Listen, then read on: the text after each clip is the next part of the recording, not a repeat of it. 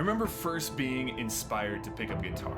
I was at a friend's house and we were watching a Van Halen concert, and I was totally blown away. Eddie Van Halen up there on stage playing this solo, and I knew right then I had to learn how to play guitar. I had to know if I could do this. And that was the spark that started my musical journey. And it's that memory that helps me when I'm working with students to think about and help them take that next leap. And if you've ever wondered if you can pick up a guitar or even take your music further, the answer is an emphatic yes. For me, it's an incredible feeling to help someone make that next leap in their playing and begin to share the joy of making music with another person.